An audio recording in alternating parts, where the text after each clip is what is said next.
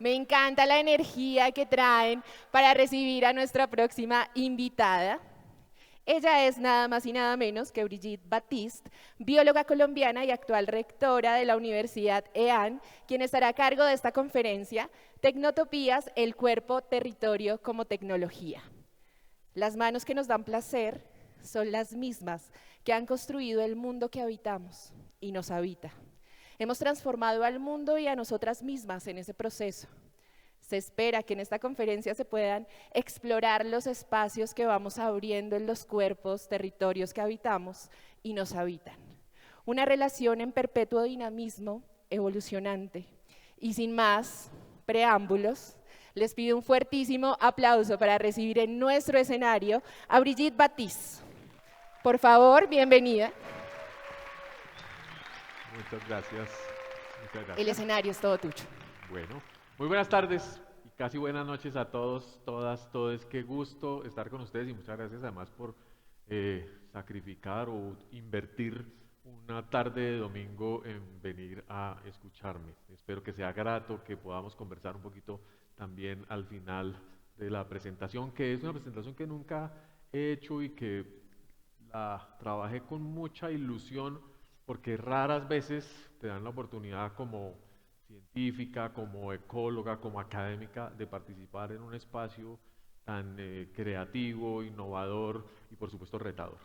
Yo quiero compartir con ustedes hoy una serie de ideas acerca de la evolución, realmente de por qué hoy en día hay que volver a pensar el erotismo como uno de los elementos fundamentales de la existencia contemporánea y de la existencia humana y por supuesto un elemento estructurante de la cultura.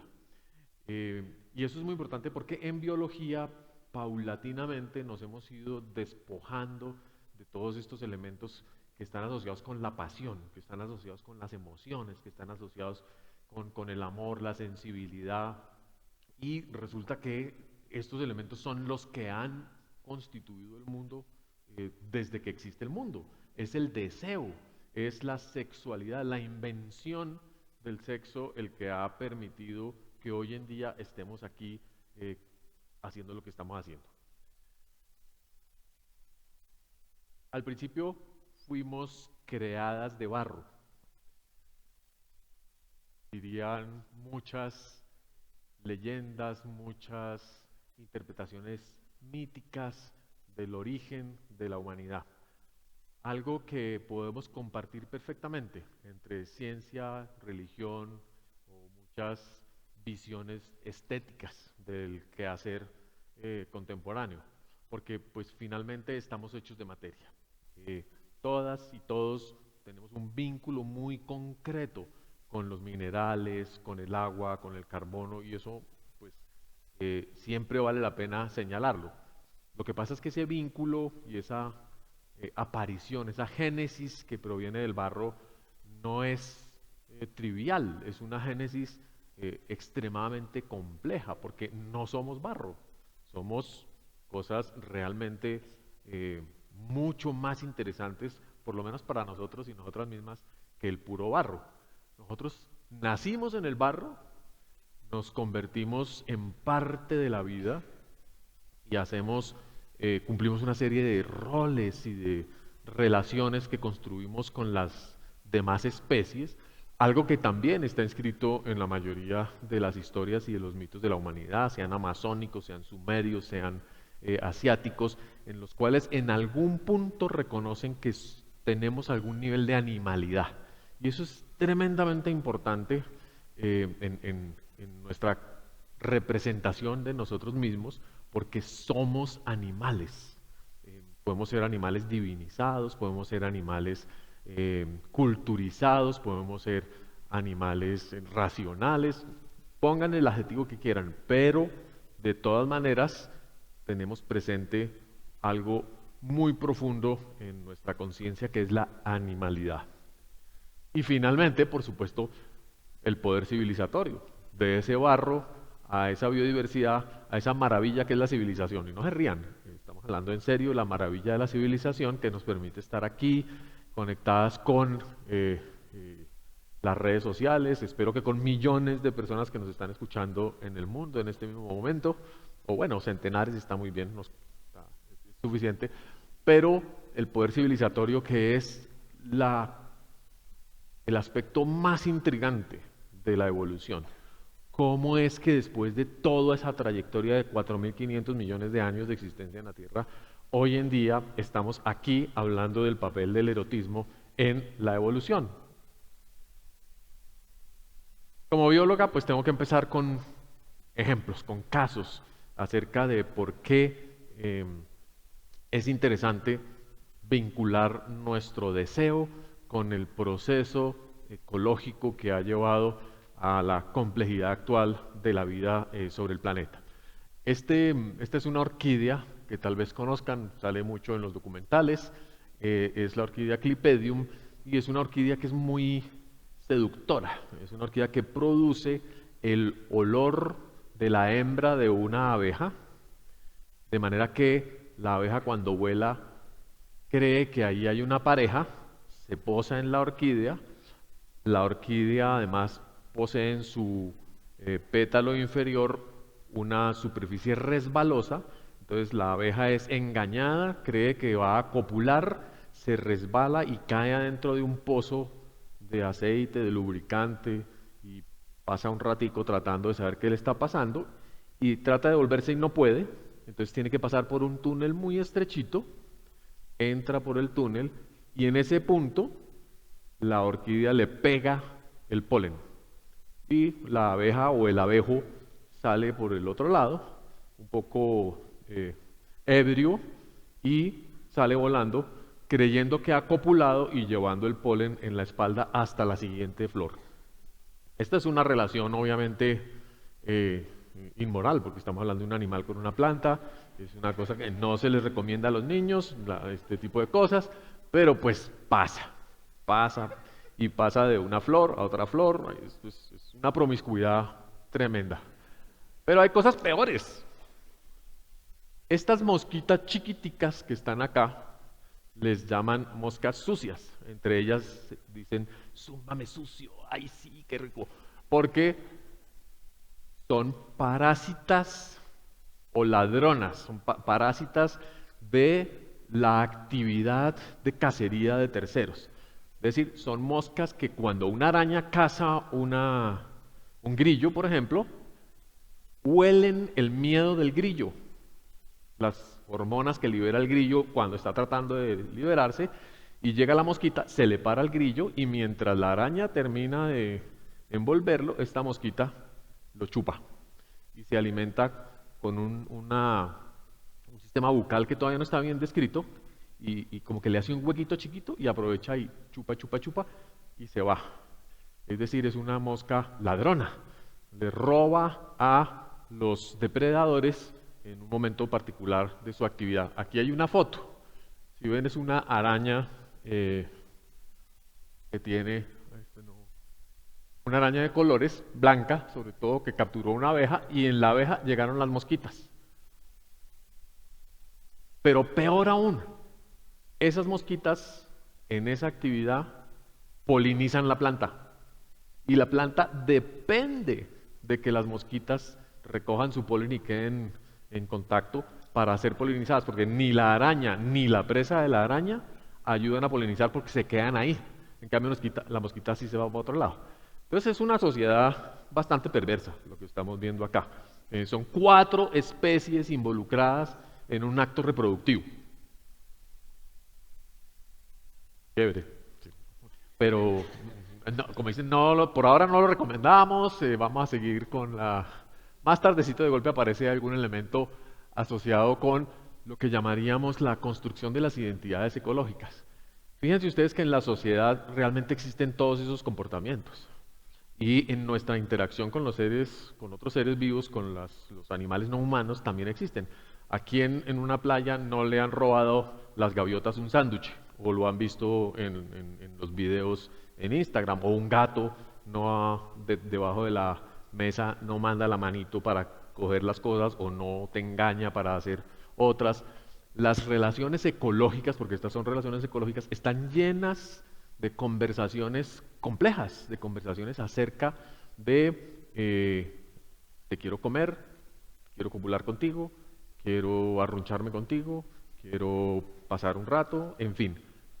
Eso es un ecosistema, es un conjunto de relaciones que se establece entre una cantidad de entidades y que gracias a esas relaciones permite la innovación y el aprovechamiento de la energía y de la materia. Entonces, incluso las imágenes abstractas, lo que estamos haciendo aquí es un acto ecológico, un acto ecosistémico, porque mediante esta conversación estamos detonando relaciones, estamos manteniendo activo el mundo, como dicen los indígenas y cuando mambean en la maloca. Para que el mundo exista y se mantenga vivo, hay que hablar de él todo el tiempo. El mundo es un acto performativo permanente. Y eso es algo muy interesante, sobre todo cuando uno entra a una página porno o a una página erótica, porque dice, pues esto es totalmente inaceptable, esto es inmoral, esto es antinatural. Pues no, no hay nada más natural que lo que hacemos los seres humanos, por perverso que parezca. Ahora, eso no quiere decir que sea bueno, no quiere decir que nos convenga, ¿no? La pedofilia no es algo aceptable, pero hay muchas especies que devoran a sus propios hijos, que practican el canibalismo por distintas razones evolutivas. Y hay especies ladronas y no nos gusta a nosotros avalar comportamientos de ese tipo. No nos gusta que nos roben de ninguna manera. Así que esa es una frase muy importante que quisiera que tuviesen siempre presente. La naturaleza o lo que llamamos naturaleza no es buena. De hecho, a veces es muy cruel, de hecho es despiadada, de hecho parece no tener sentimientos. Y eso lo explotan las cadenas de televisión cuando hacen documentales. Recuerden siempre las narraciones de los documentales cuando hablan de la actividad de un depredador. Hacen que uno se ponga del lado de la presa. Dice, pero ¿por qué? Bueno, mi mamá era la que decía, pero ¿por qué dejan que el tigre se coma a las pobres gacelas? Las gacelas siempre se las come todo el mundo. ¿Quién defiende a las gacelas? ¿Por qué los que hacen películas no intervienen y salvan a la gacela? Porque pues ellos también están seguramente en un entorno en el cual quieren imitar al tigre y se sienten machos cuando ven al tigre comerse la gacela. Especulo.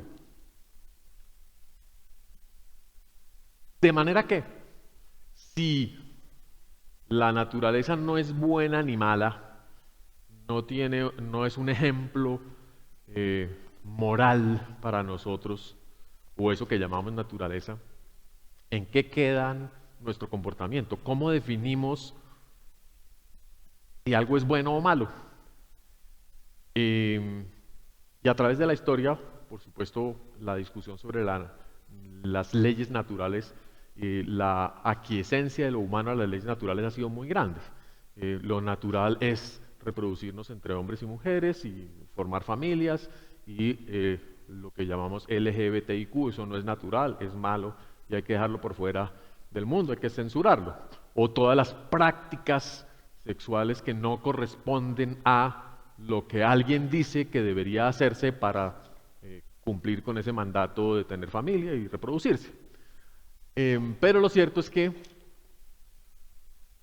el referente de la virtud de las acciones humanas es completamente ético y ético-político o estético-político. Es decir, depende de nosotros. Uno puede darle agencia a un río, uno puede hablar de la mama pacha, o de la pachamama, perdón, uno puede hablar de la vida del planeta y que el planeta es independiente de nosotros, pero finalmente todo nos toca decirlo a nosotros, nos toca pensarlo a nosotros. Las orcas no piensan en nosotros, los árboles no piensan en los humanos, no nos dan agencia y por tanto estamos solos. Eso es una conclusión tal vez muy dura para esta época en la cual requerimos consuelo, requerimos pensar que tenemos esperanzas.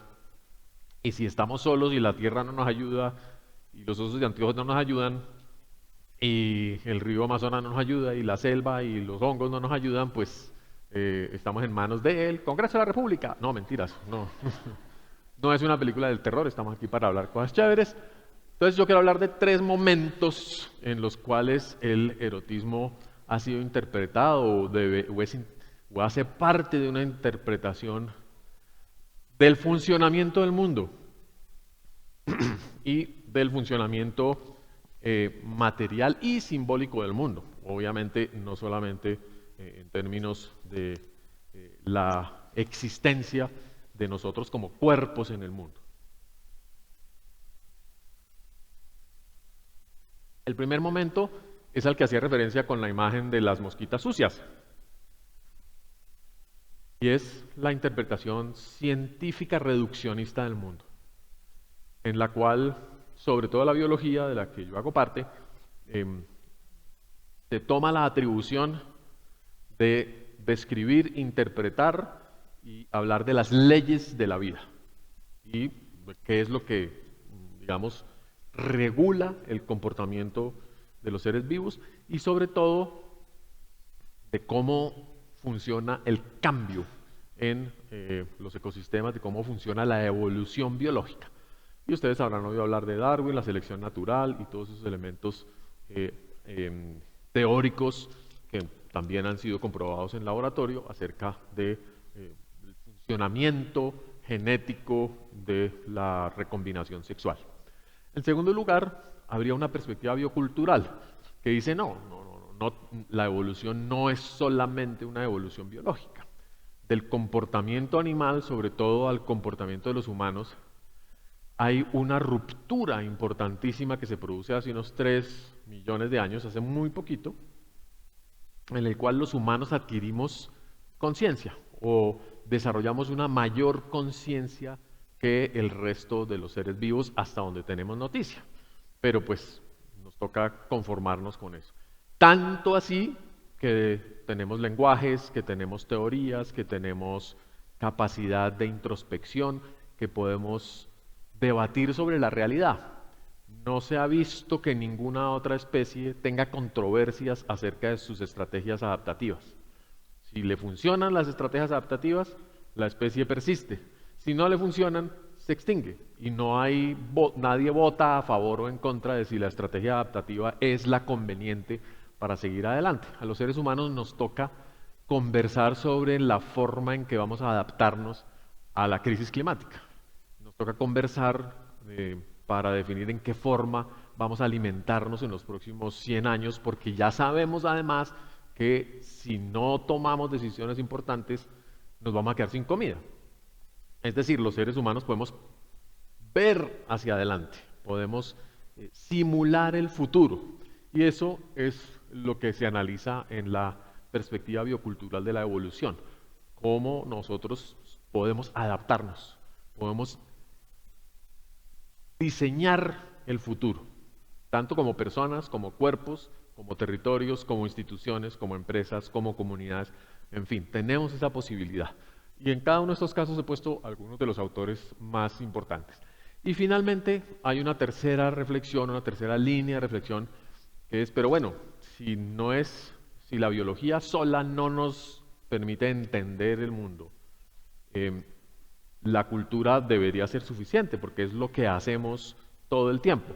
Y resulta que no, porque hay mucha incertidumbre, y porque no nos la sabemos todas, y porque el mundo es muy complejo, y nosotros somos el resultado de esa complejidad. Entonces de ahí resulta una perspectiva que hoy en día se denomina transhumanista, es decir, que trata de pensar más allá de lo humano, no posthumano, como hay también algunas escuelas en las cuales dicen, no, pues ya se acabó la humanidad nomás, este mundo es el mundo de las máquinas, de las inteligencias artificiales, pero sin componente orgánico. No, el transhumanismo dice, no, hay una etapa evolutiva que se está cocinando, y de la que vamos a hablar ahorita, que es la etapa del transhumanismo. ¿Quiénes venimos siendo los seres humanos dentro de 100 años? ¿Ustedes son capaces de imaginarse la humanidad en 100 años? ¿Cómo será el mundo? Si ustedes le preguntaran de golpe a algunos abuelos o bisabuelos que nacieron en 1905, 1906 y tuvieron conciencia de la historia en el 17, Primera Guerra Mundial, XX, si se imaginaron cómo iba a ser el siglo XX, la respuesta es imposible. Es imposible y ellos nunca hubieran podido saber lo que iba a suceder con la vida en el planeta, con las distintas sociedades, con las culturas. De hecho, si vivieron la Primera Guerra Mundial o tuvieron esa perspectiva de las grandes guerras, hubieran pensado que la humanidad no tenía ningún destino, que estaba condenada porque no había posibilidad, no había esperanza de que saliéramos de un conflicto global tan gigantesco. Hoy en día las cosas pintan mejor a pesar de que hay muchas guerras, de que hay hambre, de que hay problemas, pero de que hay pandemias, de que hay terremotos. Entonces estamos hablando de eventualmente de un hito importantísimo, de un quiebre en la historia de la humanidad, en la cual ni lo biológico ni lo biocultural son suficientes para entender a qué estamos enfrentados. Y por supuesto de lo que hablamos aquí es de cómo el erotismo, cómo la sensualidad, cómo nuestras cualidades fundamentales se proyectan hacia el futuro, porque no nos queremos convertir en máquinas, ni les queremos dejar el mundo a las máquinas, porque pues queremos al menos pensar que nuestros hijos, hijas, nietas van a estar en el 2100, no sé si aquí, no sé si en Marte, no sé si metidos en la matriz, conectados, pero existiendo y disfrutando la existencia. Y ese mensaje es el más importante. Queremos que los humanos del futuro gocen, disfruten la existencia y especialmente sean capaces de gozar en retrospectiva lo chévere que ha sido ser humano a lo largo de la historia. Darwin habló del tema y hay mucha gente hablando de lo que dijo Darwin, pero estas citas de Darwin no son las tradicionales del libro de la selección con el que publicó su teoría, la selección natural del origen de las especies, sino un libro que escribió después y que nunca lo convenció que hacía referencia a la selección sexual, es decir, al papel que lleva o que tiene la selección de pareja en la reproducción y en la posibilidad de proyectarse hacia el futuro. Darwin no sabía genética, la genética se descubrió más o menos al mismo tiempo, un poquito antes con las alberjas, si se acuerdan de los experimentos que decían a uno hacer en el colegio, pero el vínculo entre la teoría evolutiva de Darwin y la teoría genética sucedió a finales del siglo XIX, principios del siglo XX. Y todavía hoy estamos tratando de entender cuáles son los mecanismos que definen la selección genética de las especies que van a poblar el mundo hacia el futuro. La versión común es que el mundo es de los mejores, de los más fuertes, de los más hábiles, que es totalmente falsa. El mundo es de los que se adaptan a las condiciones del momento, de los que sean capaces de dejar más crías o más información o más capital a las siguientes generaciones. Claro, Darwin no habló en esos términos, él solo habló de más hijos, porque eso era lo que se suponía que hacían los seres humanos, hijos. Pero hoy en día sabemos que la capacidad adaptativa también está vinculada con la cuenta de ahorros. Si usted tiene plata en el banco y tiene una crisis, puede responder. Si usted sabe reparar cosas y tiene un capital cognitivo, también se puede adaptar a las condiciones del futuro y de la incertidumbre. Entonces los elementos adaptativos van más allá de lo biológico. A Darwin le mostraban mucho los casos como de lo de las mosquitas y de la orquídea, y le preguntaban, pero ¿qué opina de esto? ¿Qué opina del sexo como elemento de definición de la selección natural? Entonces escribió este libro y hay muchos documentales hoy día que muestran las estrategias de seducción que tienen los animales y las plantas para conseguir pareja. Y dicen, miren, es el más vistoso, esos pajaritos que se trepan en un arbolito y hacen un show tremendo, y la hembra los mira, y la hembra es grisecita, chicopalada, por ahí está, como mirando, a ver, este tiene celular, no tiene celular, tiene iPhone, no tiene, anda de qué tamaño es su cuenta bancaria, etcétera. Los factores de selección resulta que no se corresponden con una evaluación algorítmica fácil de leer. Las hembras no necesariamente escogen al que parece más vistoso, ni al que parece más fuerte, ni al más grande, ni el más rico. Es un poco misterioso. Pareciera que tratan de proyectar su capacidad adaptativa hacia el futuro, es decir, esta es la pareja que me conviene biológicamente hablando, pero no necesariamente que me conviene para cuidar a mis hijos. Y hay toda una gama de estrategias de selección de pareja que dependen de la especie. Hay especies que dicen, me da lo mismo quién sea el padre o la madre, pues si la que escoge es la hembra, dicen, me da lo mismo quién sea el padre, yo lo que necesito es hijos. Lo importante es quién nos va a criar. Entonces, son madres solteras que han decidido que el padre no aparece en la ecuación familiar. O viceversa. O todos los esquemas de adopción, todos los esquemas de poligamia, poliamor o poliamor, es decir, crianza colectiva.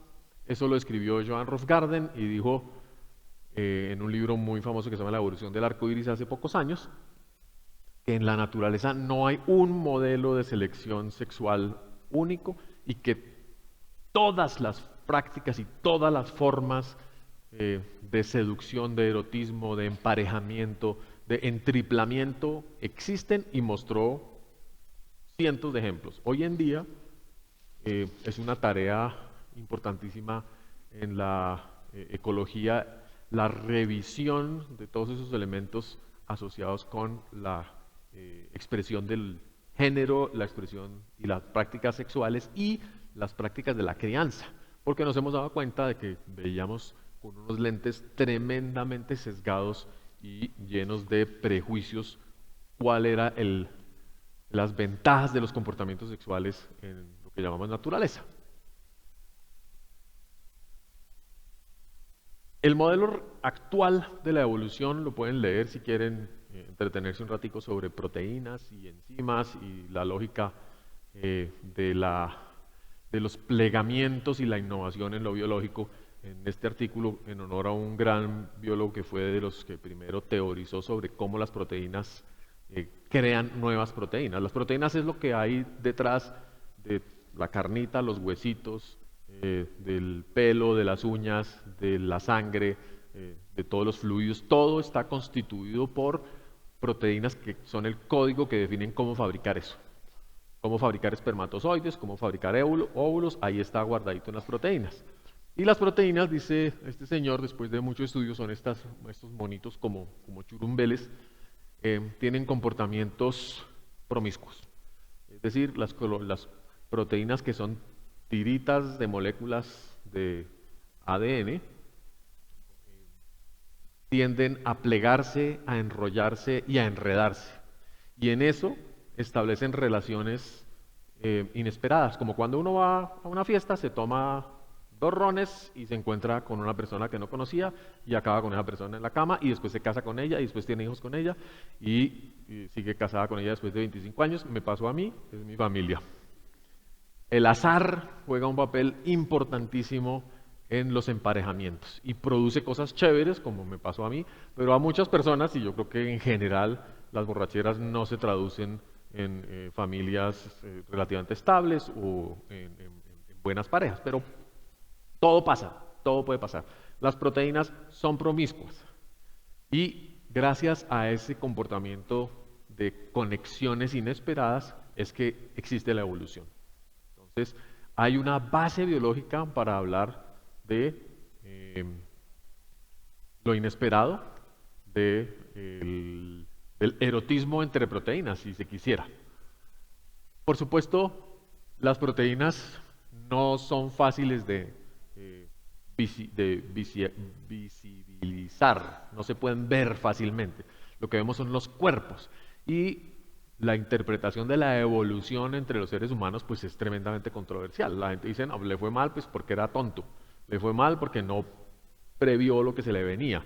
Es que le avisamos que no se debía ir con esa gente en ese viaje porque lo iban a estafar. En fin, todo el tiempo estamos culturalmente hablando de los elementos que se convierten en elementos adaptativos, ¿cierto?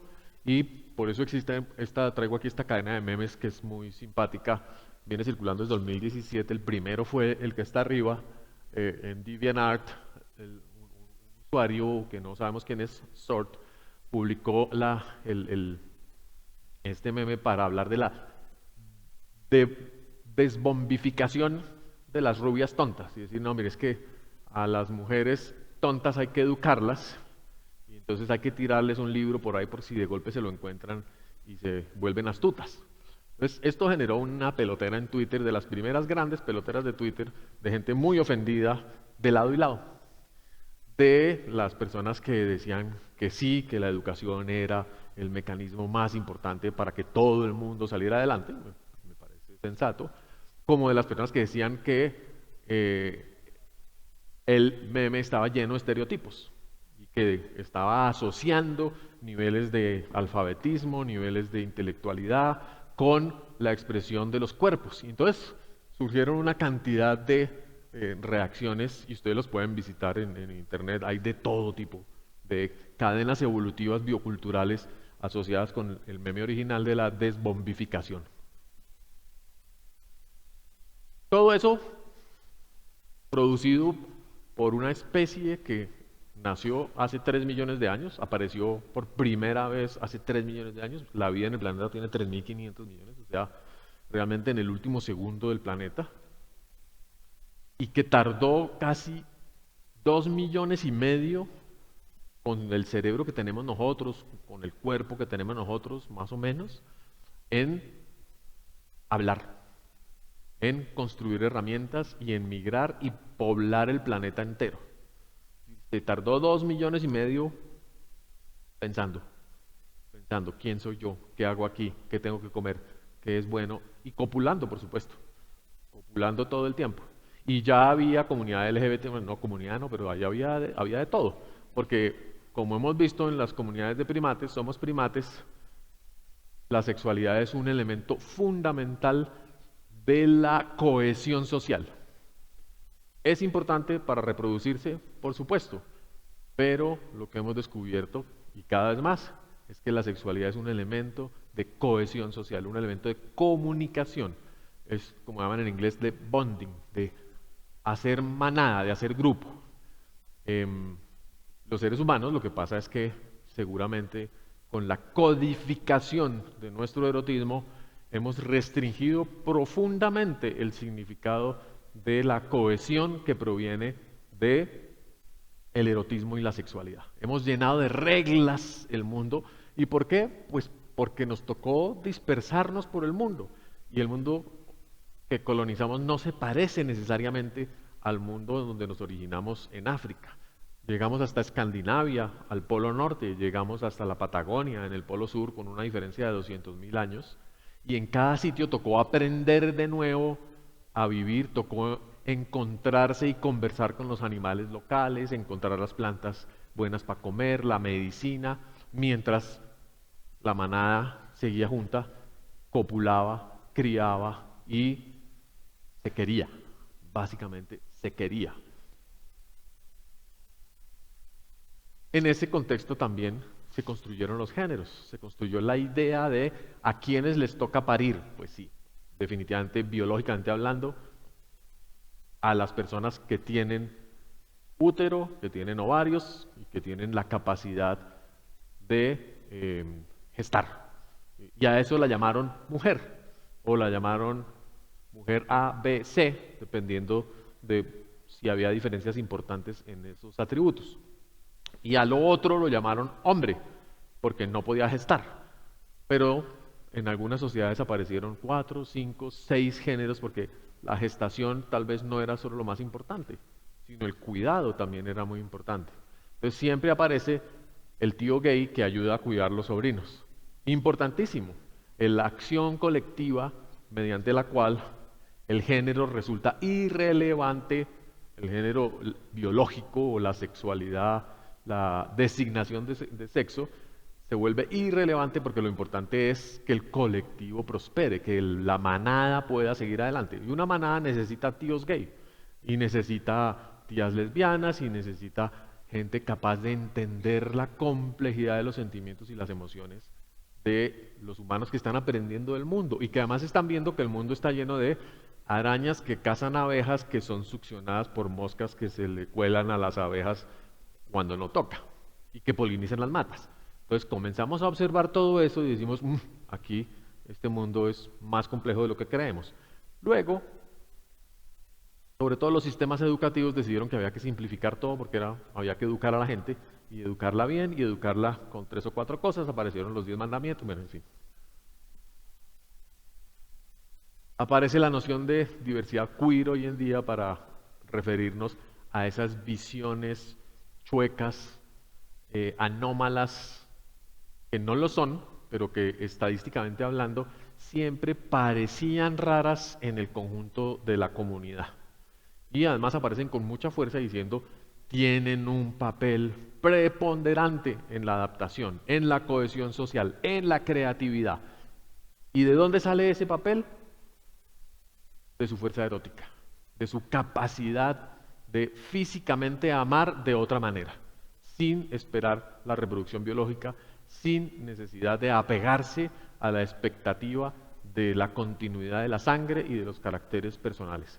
Eso además es un elemento importantísimo en la psicología. Somos capaces de compartir con una comunidad aun cuando mis genes, los míos, los propios, mi propia sangre, no pase a la siguiente generación, sino pase a través de mis hermanos, de mis primos, de la familia distante.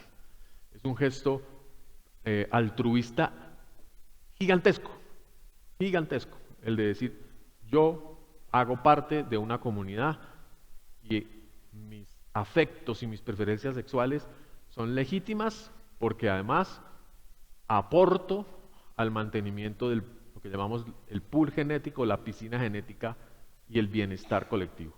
Eso la mitad de la humanidad no lo acepta porque el comportamiento homosexual sigue siendo penalizado con la muerte en 17 países del mundo.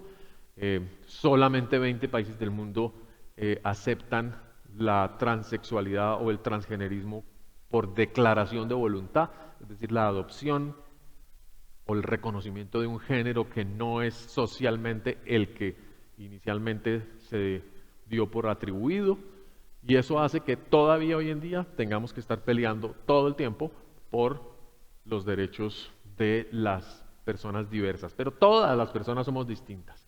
Lo que descubrimos en eventos como estos, o seguimos descubriendo, porque tampoco es que haya habido mucha innovación desde que existen los seres humanos, es que nuestros comportamientos sexuales y nuestras expresiones eróticas son de una diversidad impresionante y son un elemento estructurante de nuestra salud mental y de nuestra capacidad creativa.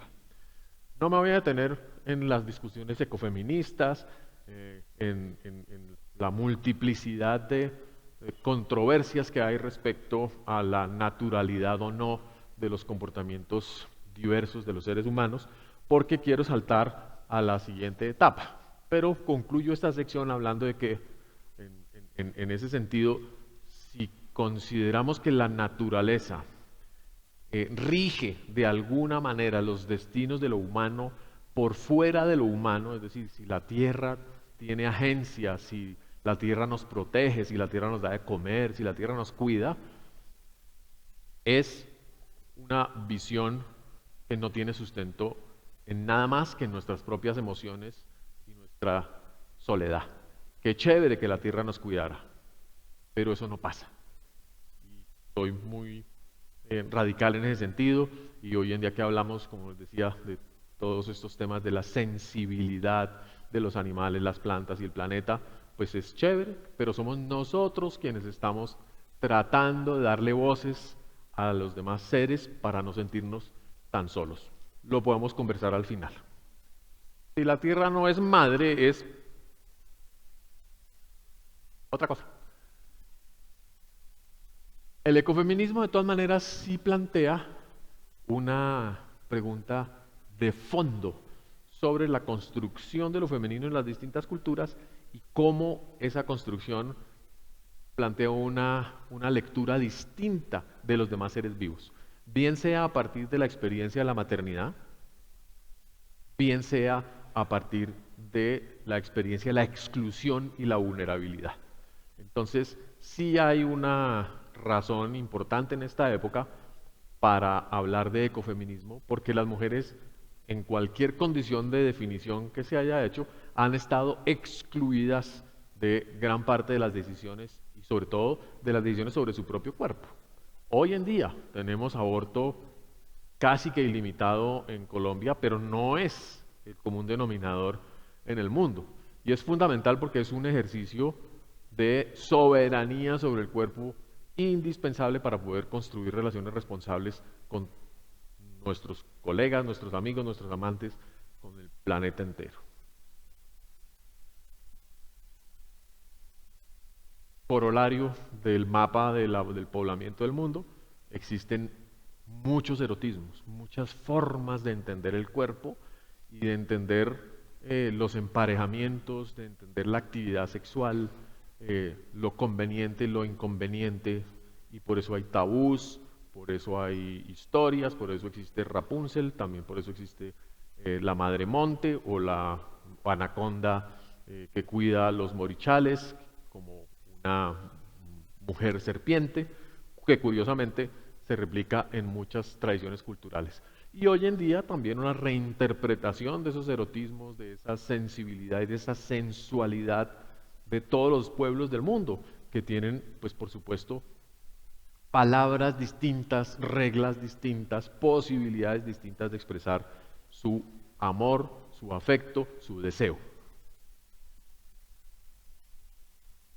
Vamos a pasar finalmente al tema que más me interesa proponerles, que es el título de la conferencia, las tecnologías. ¿Cómo juegan acá las tecnologías? Aquí está Catriona Sandiland, está Tim Morton, quienes son de los teóricos culturales más importantes para hablar de lo queer en este momento en la Tierra y de la fuerza de la sexualidad en su diversidad, en su multiplicidad, de cómo el erotismo, por los múltiples caminos que debería estar recorriendo, es la fuerza más importante que tiene la humanidad para superar el cambio climático, para superar las crisis sociales, para construir un modelo de humanidad distinto. Son definiciones de qué es la ecología queer, no las voy a leer, la presentación creo que va a quedar en la página del evento, con todo gusto la comparto. Trate de respetar todas las normas de propiedad intelectual y los autores y autoras que están detrás de las imágenes y de los textos. En los ecosistemas, por supuesto, también hay comunidad LGBTI. El más bonito es la palma de cera. La palma de cera, el árbol nacional, el emblema colombiano, tiene individuos que cambian de sexo. Chévere, uno tener un árbol nacional trans. Yo me siento muy orgulloso. Bueno, la perspectiva transhumanista. Entonces, con esto comienzo a terminar. Como les decía, el transhumanismo es o plantea que las estrategias adaptativas de lo humano están sustentadas en transformaciones del comportamiento, están sustentadas en codificación simbólica de las cosas, es decir, en historias que nos ayudan a entender lo que está pasando, y en tecnología, es decir, prácticas que nos impiden pasar por un sitio que sabemos que se va a derrumbar, cruzar un manglar cuando la marea está subiendo empuja, arriesgarnos a hacer tonterías en cualquier contexto. La tecnología, por tanto, es una derivación totalmente natural de nuestra existencia biológica. Es decir, la tecnología es un producto de nuestra capacidad de interpretar el mundo con lo que la biología nos puso en el mundo. Entonces no hay una ruptura, por lo menos de principios, en el sentido de juzgar que la tecnología es antinatural, sobrenatural o no es natural. Habrá algunas tecnologías que nos parecen más extrañas que otras, pero usted ¿Ustedes creen que domesticar plantas y producir semillas de alto rendimiento es muy natural? Es tan natural como lo definamos nosotros porque lo hacemos como una especie que aprendió a domesticar semillas o que aprendió a domesticar caballos y perros y gatos y ovejas y cabras y llamas y cuyes, y nuestra convivencia con ellos es natural por ese motivo. Es decir, el juicio sobre las máquinas no se puede hacer sobre la base de que no son naturales.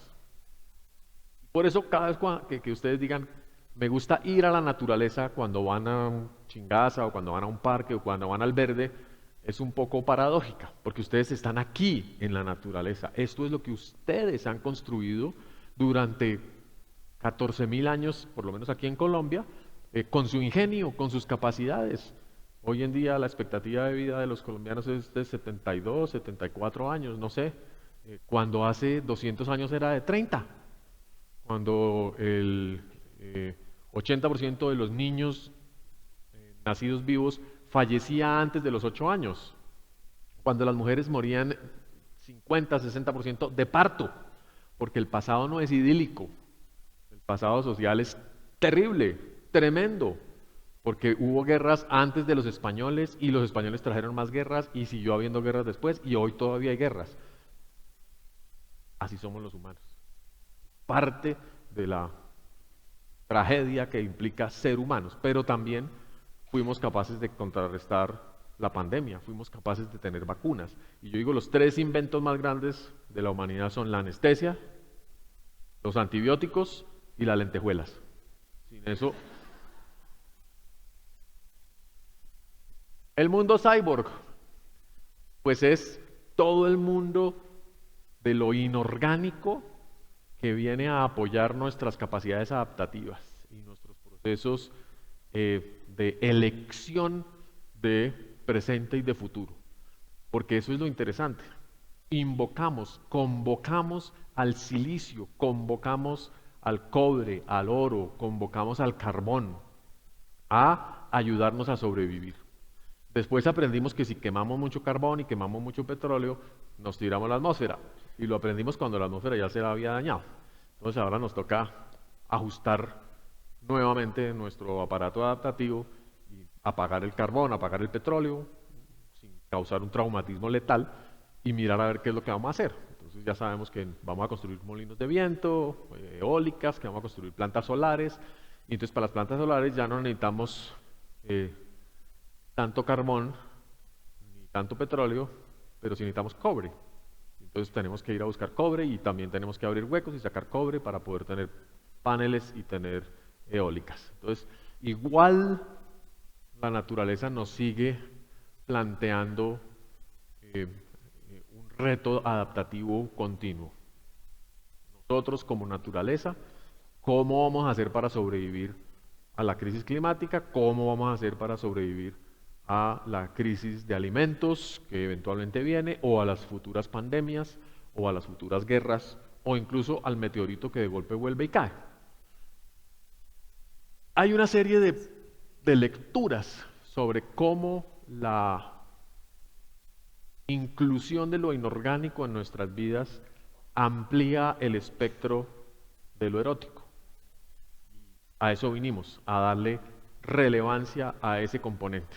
Es decir, cómo la tecnología nos ayuda a volver a liberar el potencial que tenemos los seres humanos en nuestro deseo, a evocar y utilizar de manera constructiva y creativa ese poder que proviene de la biología, pasa por la cultura y hoy en día se replantea en los robots, en la inteligencia artificial, en las redes neurales o en las entidades sistémicas que comienzan a aparecer en el mundo.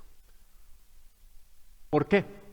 Porque el metal, el vil metal, podría uno decir, que no es tan vil, nos permite crear nuevas superficies de contacto, nuevas superficies sensibles, en el sentido físico de las cosas, pero también en el sentido simbólico. El oro es un metal y el oro nos permite en nuestra construcción simbólica hacer muchísimas cosas. El oro nos encadena o nos libera, el oro nos sirve para hacer eólicas o plantas solares o nos sirve para esclavizar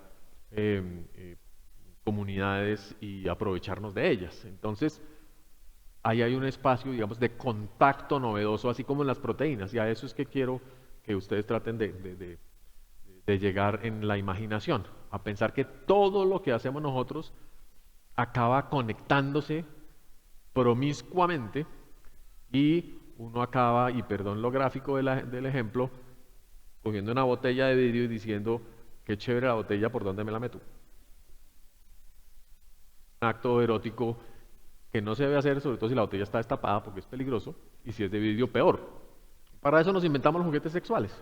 Metal, vil metal, que nos ayuda a desplegar nuestra potencia sexual.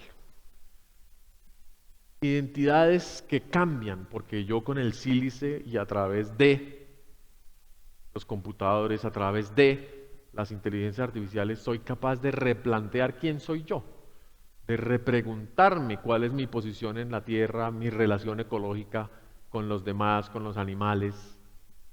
El sílice plantea una nueva capacidad de procesamiento de datos y eso hace que todo el planeta esté cambiando y vaya a cambiar de una manera increíble.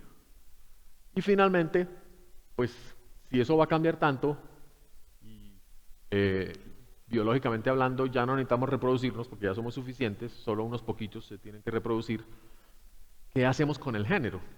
¿Qué hacemos con ese invento biocultural que definía quiénes eran hombres y mujeres y quiénes se podían acostar con quiénes podían tener sexo con quiénes podían criar con quiénes podían cuidar a quiénes? Todo eso se disuelve, todo eso se disuelve. Y estamos en el momento crítico en el cual la gente se pregunta, uy, pero se acabó el mundo. Esto es como la Torre de Babel. La promiscuidad de las proteínas elevada a la potencia n es el fin del mundo. Y sí, es el fin del mundo.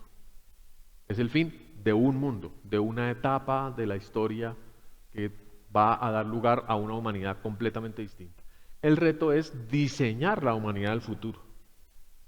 Diseñar un mundo que no repita los errores ni los problemas que tenemos hoy en día. Yo no, como no tengo control del tiempo, no sé cómo vamos. ¿Bien? ¿Vamos bien? Bueno, vamos bien. Entonces 5 minutos, cierro la idea y les doy la palabra, el micrófono.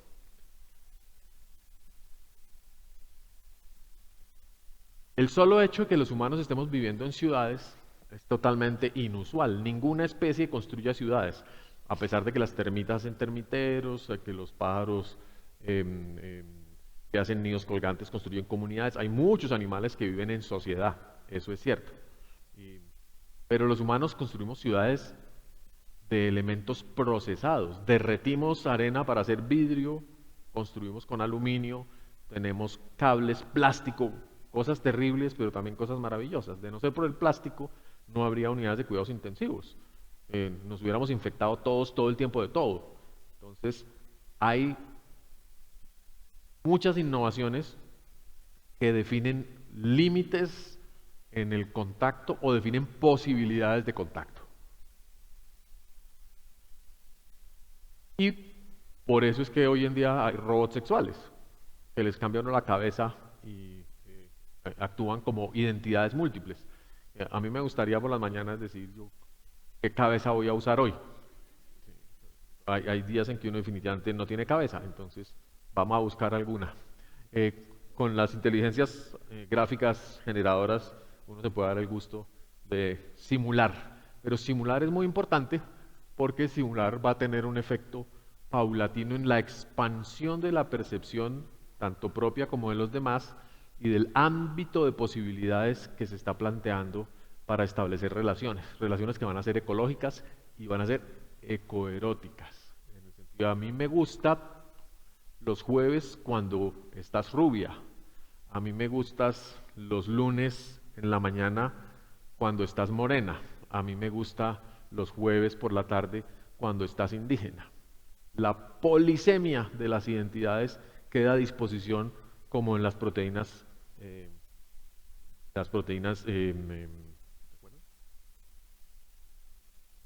eso. La promiscuidad, que por supuesto entonces va a crear esas conexiones con las inteligencias artificiales. Vamos a comenzar a hablar con las máquinas. No sé si ustedes tienen Alexa en su casa. Alguno por ahí ya le dice, Alexa, prende radio, pon música. Muérete, Alexa. ¿Qué hay que hacer con... ¿Por quién hay que votar en las elecciones de alcalde? Y Alexa pues no responde. Pero depende de los patrocinadores, seguramente en el futuro Alexa va a decir, pues ¿sabe qué? Yo le recomiendo que vote por... Y Alexa, ¿usted dónde sacó esa idea? Si ese señor es una tarbán, ¿cómo puede recomendar? Y Alexa le va a decir a uno, pues no, porque yo en mis bases de datos tengo que ese señor, tin, tin, tin. Entonces va a ser muy difícil establecer los límites de la conciencia con las entidades digitales y las entidades virtuales. Pero también ese límite borroso nos va a permitir imaginar innumerables cosas que hasta el momento no habíamos podido imaginar. Todo es imaginable hoy en día, lo más terrible, lo más hermoso, lo más extraño, y apenas estamos empezando. Este es un comentario, y con esto termino, sobre las aplicaciones que utilizan inteligencia artificial generativa para plantear imágenes. Si ustedes han empezado a jugar con ellas, se darán cuenta de cosas raras. Por ejemplo, que las imágenes, cuando tienen humanos y tienen personas, siempre son hombres y mujeres blancas con ciertas características. Si uno quiere una imagen distinta, tiene que explícitamente indicarlo. Quiero una imagen con 3 personas latinas, colombianas, de Villavicencio, y entonces la inteligencia artificial... ¡plop! Yo le pedí, por ejemplo, y de golpe está más adelante, pero no voy a tener tiempo de mostrarles, imágenes con distintas identidades étnicas. Y es divertidísimo porque parece que usara la base de datos de Disney. Todos los imaginarios étnicos de las inteligencias artificiales generadoras son completamente obtusos, pero además pueden ser muy ofensivos los estereotipos con los cuales aparecen representadas las personas o las cosas. Entonces hay que tener una visión crítica ahí tremenda, porque además son mojigatas, tremendamente mojigatas. Ustedes no le pueden pedir nada erótico a una inteligencia artificial. Inmediatamente le sale un letrero diciendo, esta simulación no la puedo desarrollar por políticas de la empresa o del programa. Ustedes no pueden teclear y decir, yo quiero ver una lagartija tetona. No codifica. Pero si yo la puedo dibujar, no codifica. Otra cosa que no pueden hacer es hacer híbridos, no pueden mezclar cosas. Tal vez eso es lo más delicado, porque estamos hablando de promiscuidad como un elemento de creatividad. Las inteligencias artificiales tienen ontologías extremadamente simples y de categorías independientes entre sí. Entonces, no mezclan, no hacen cócteles. Entonces, ¿de qué le sirve a uno un sistema de alta complejidad que no mezcla cosas? Cuando lo mejor en la vida es revolver cosas a ver qué pasa. Entonces, el uso por el momento de las inteligencias artificiales es pobre. Pero lo chévere de usarlas es que en la medida en que nuestra perversidad va creando imágenes y va creando posibilidades y va creando cosas horribles, espantosas o deliciosas, nos vamos antojando. Y nos vamos antojando de que pasen en este mundo. Eso se llama la capacidad de transcripción inversa. Es decir, lo que yo veo, imagino o aprendo o leo en una novela en el pasado, me gustaría que sucediera actualmente. Y lo que yo me soñé unos zapatos rojos, voy a buscar los zapatos rojos y me los pongo el día siguiente. Habría muchas formas de hacer transcripción inversa. Y va a pasar. Y ya nos está pasando, como le pasa a esta chica que dice, yo me imaginé a mí misma de cierta forma y voy donde el cirujano plástico y le digo, hágame así. El cirujano le va a decir, no, pero pues, ¿cómo la voy a hacer así? Le va a hacer un daño, usted se va a ver terrible, no la va a querer su mamá, no la va a querer ver nadie.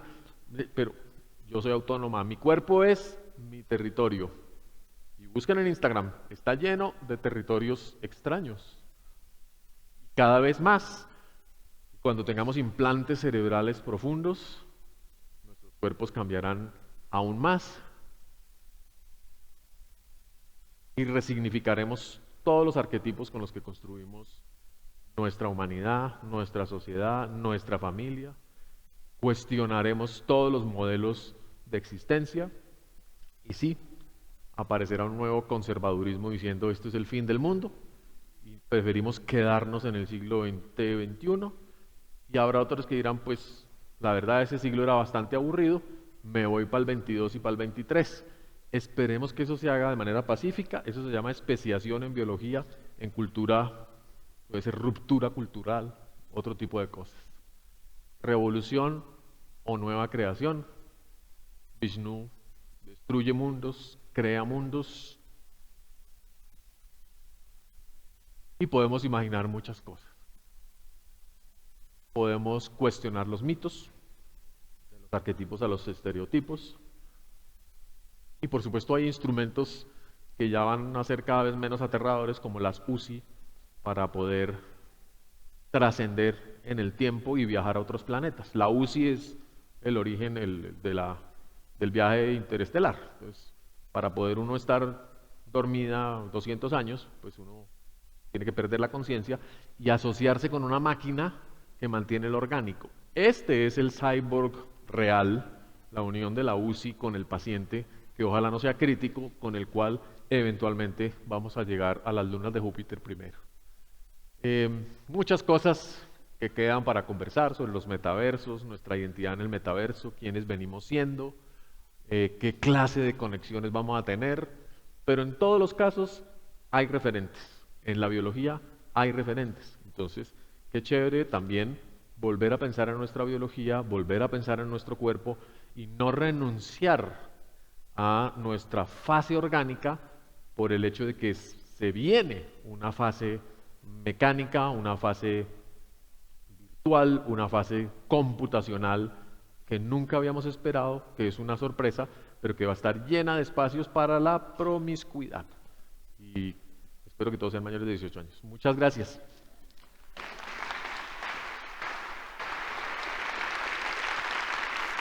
¿Queda tiempo para? ¿Sí? Otro aplauso, por favor. Para ella.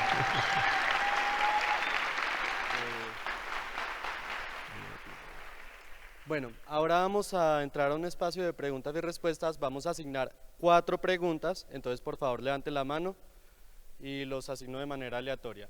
Una por aquí, al frente. 2 por allá, el que está primero. Y 3 y 4. Listo. La primera, ya te pasan el micrófono. Allá viene el micrófono.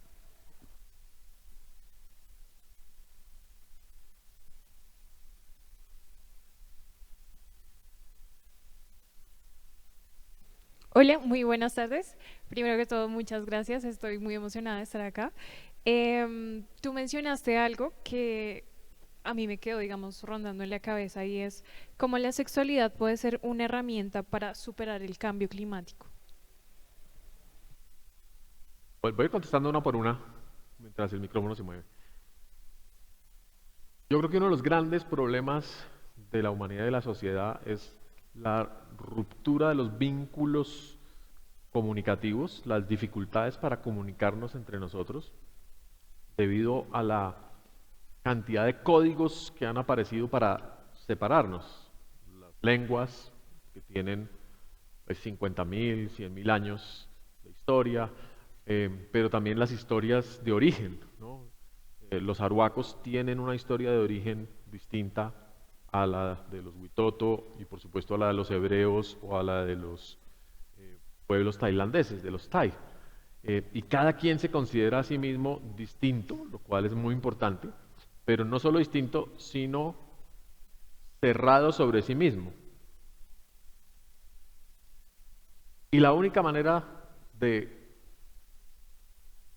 recrear un mundo que opere a escala global ante el cambio climático es volver a conectar esas tradiciones que a veces eran tan ortodoxas y tan aisladas. Pensemos en Romeo y Julieta.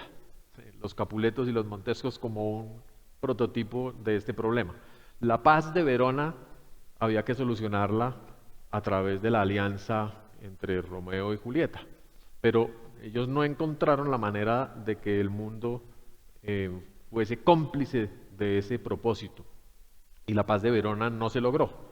Entonces, es volver a reconsiderar nuestra capacidad de amar lo diferente, de construir lazos en la distancia, y está pasando, y la sexualidad nos está ayudando a que pase. Estamos experimentando a través de plataformas, unas más materialistas que otras, unas matrimoniales, unas completamente dedicadas solamente al sexo, en fin, pero todo esto está pasando, pero estamos conversando sobre estas cosas y nos estamos dando cuenta de que el erotismo ha sido tremendamente censurado, restringido, manipulado y dirigido políticamente e ideológicamente para evitar que eso pase. Entonces, diría una gran conversación erótica en el mundo que considere además sensibilidad sobre los demás seres vivos, sería la forma de abordar una construcción de un futuro más amable, porque no es solo la tecnología la que nos va a salvar, no son solo los acuerdos entre políticos, sino es la capacidad de convivir, y la capacidad de convivir está permeada por el abrazo, está permeada por el goce visual, está permeada por el oído, está permeada por el olfato, está permeada por lo orgánico.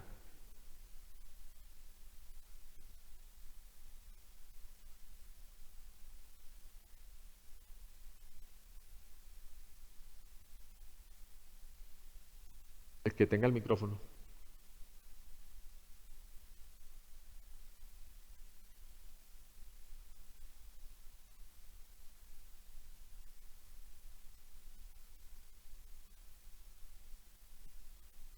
Hola Brigitte, buenas tardes, mucho gusto.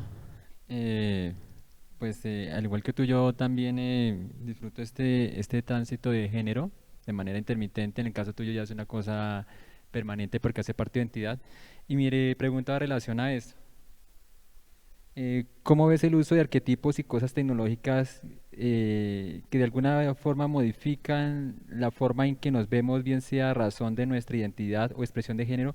Por ejemplo, el uso de cirugías corporales, las pelucas, el maquillaje, todas esas cosas que usamos para reflejar otra expresión del género. Yo creo que eso tiene que ver con que en esa historia de la cultura, los atributos asociados al género, y especialmente a lo femenino, fueron extremadamente, fueron marcadores, fueron elementos muy importantes en la señalización, sobre todo para la discriminación. Entonces, en la mayoría, bueno, decir en la mayoría, en muchas culturas del planeta, el hecho de la reproducción biológica había que marcarlo claramente, había que marcar a las mujeres aptas para tener hijos, de manera que se supiera de quién iban a ser esos hijos y si se podía negociar con el cuerpo de esas mujeres en la sociedad, por el tema de los linajes, de la sangre, en fin. Y aparecen todos esos marcadores que definen lo que es ser mujer en el siglo VII, en el siglo XII, en el siglo XVIII, en África, en Asia, completamente distintos en los contextos.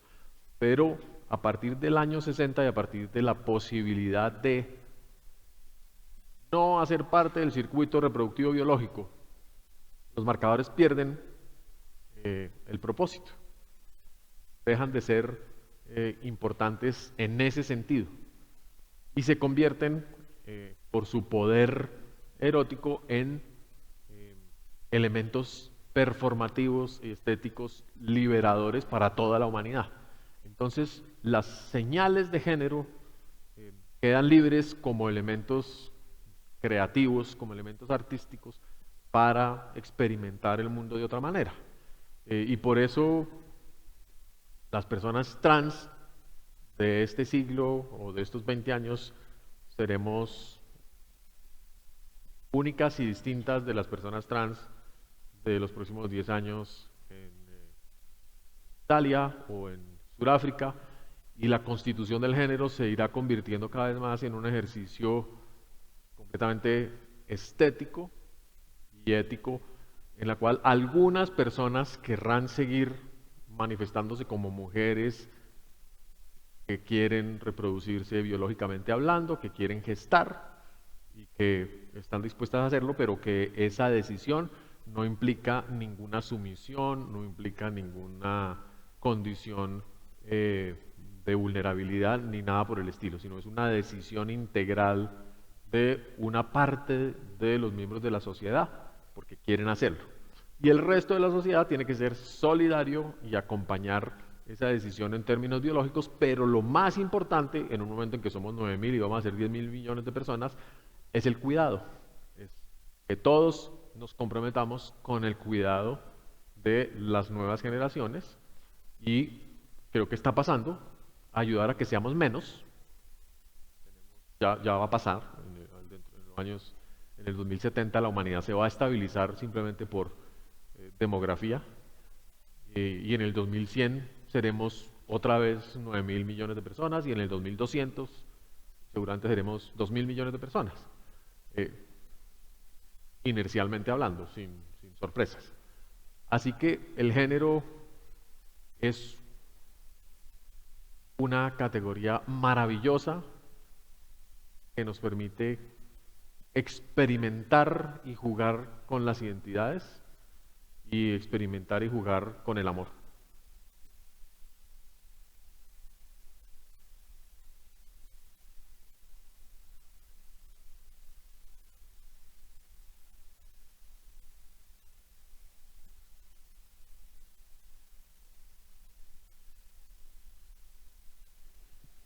Hola Brigitte, primero pues muchas gracias por el espacio y nada, quería preguntarte en torno a todo lo que planteas. Dices que de cierto modo la inclusión de la inteligencia artificial permite que el ser humano explore, digamos que su erotismo y su deseo sexual, pero teniendo en cuenta lo que significa hoy en día la tecnología dentro de las relaciones humanas y que de cierta manera tienen como un componente separatista, al final, no sé, el individuo puede que por medio de la tecnología o debido a la tecnología se vea impedido a generar relaciones, sí, relaciones humanas. ¿Cómo podría comprenderse esto a nivel de el deseo de compartir ese deseo, ese erotismo con el otro? ¿No habría como una posibilidad de que ese deseo se limitara solamente a generar ese deseo sexual entre el individuo con él mismo y no con otros seres? Sí, el onanismo digital se va a producir, y si no producimos ambientes educativos suficientemente atractivos, estimulantes para la acción colectiva, todos vamos a acabar en la masturbación infinita dentro de la máquina.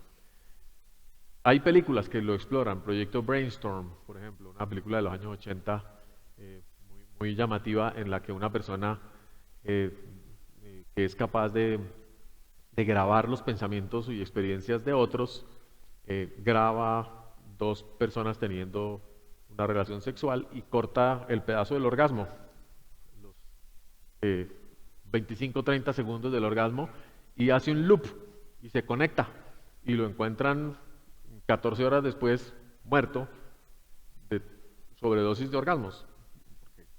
Todo el tiempo, loop, loop, loop. Así.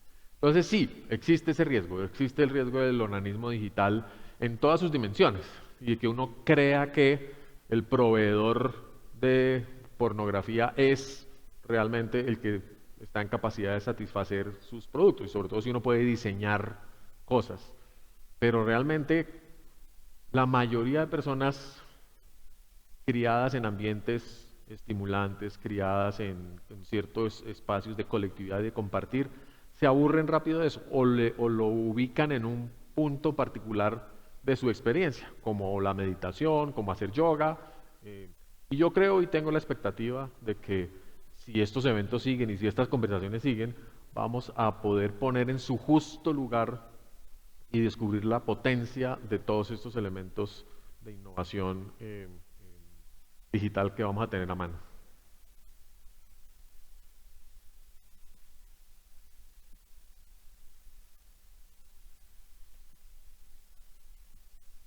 Y con gusto a través de mis redes, si quieren extender la conversación, sobre todo a través de Instagram, estoy disponible.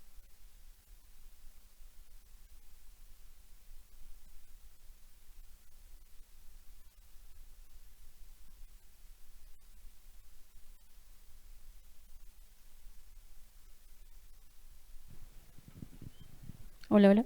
Allá. Hola, buenas tardes. Brigitte, primero que todo quiero aprovechar el espacio para echarte las flores de la vida. Estoy muy feliz de estar acá. Me pareces un ser humano espectacular y en serio me hace muy feliz estar viéndote. Además que eres muy inteligente, en serio. O sea, estoy acá súper feliz. Muchas gracias. Después de las flores, quiero preguntarte, bueno, en ese sentido de lo que la chica mencionaba anteriormente, que era una pregunta que tenía, de pregunta base, estamos viendo todo este tema del cambio casi cual cibernético y todo, que transforma el tema sexual y cómo nosotros como individuos en esta sociedad, pues nos permeamos a eso. Ahora bien, digamos, eso en el caso de las sociedades que tenemos como acceso a internet y esas cosas. ¿Qué pasa por lo menos o cómo se proyectaría las personas que están alejadas de eso? ¿Eso implicaría como un nuevo problema futuro, como que ya sean sesgadas por no estar haciendo parte de esa sociedad evolutiva digitalmente hablando o no?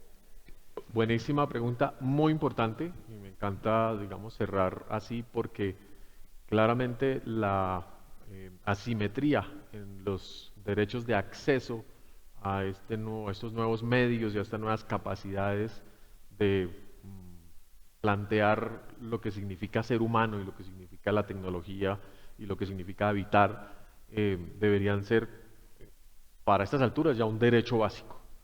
La conectividad y la capacidad de hacer parte, en el caso de que uno quiera, de todos estos circuitos de conversación y discusión son fundamentales si queremos construir sociedades más igualitarias, más equitativas, más participativas, más democráticas. Entonces, totalmente de acuerdo y deberíamos estar haciendo un esfuerzo que no se está haciendo casi en ninguna parte para que todo el mundo tenga un mínimo de acceso a las redes y el Internet universal, pero no solo eso, sino también a espacios como este donde se discuta qué significa todo eso, porque uno con la máquina tonta solo va a producir tonterías. Entonces, claramente los retos académicos en las universidades, en los colegios, desde la primaria, en toda la formación, los nativos digitales, muchos de ustedes ya veo son nativos digitales,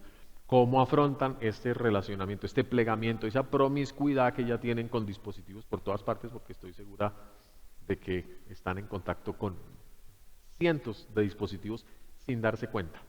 Y eso es un elemento central del nuevo mundo que ojalá podamos crear entre todos y todas y todas.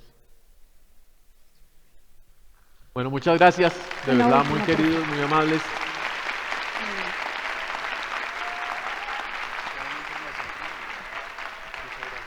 Gracias, Manu, querida. Bueno, muchas gracias, Brigitte, muchas gracias a ustedes. Recordarles que esta conferencia la hacemos en el marco de la 8ª edición del Festival Internacional de Artes Eróticas de Ciencia y Tecnología. A continuación, pues vamos a preparar el siguiente escenario, ya de la última función que hay, ya después está la farra. Para esto les vamos a dar la información de cómo proceder para la siguiente función. Muchas gracias. Muchas gracias. ¿Me quedo? Yo creo que más fuerte el aplauso. Brigitte, Muchas gracias.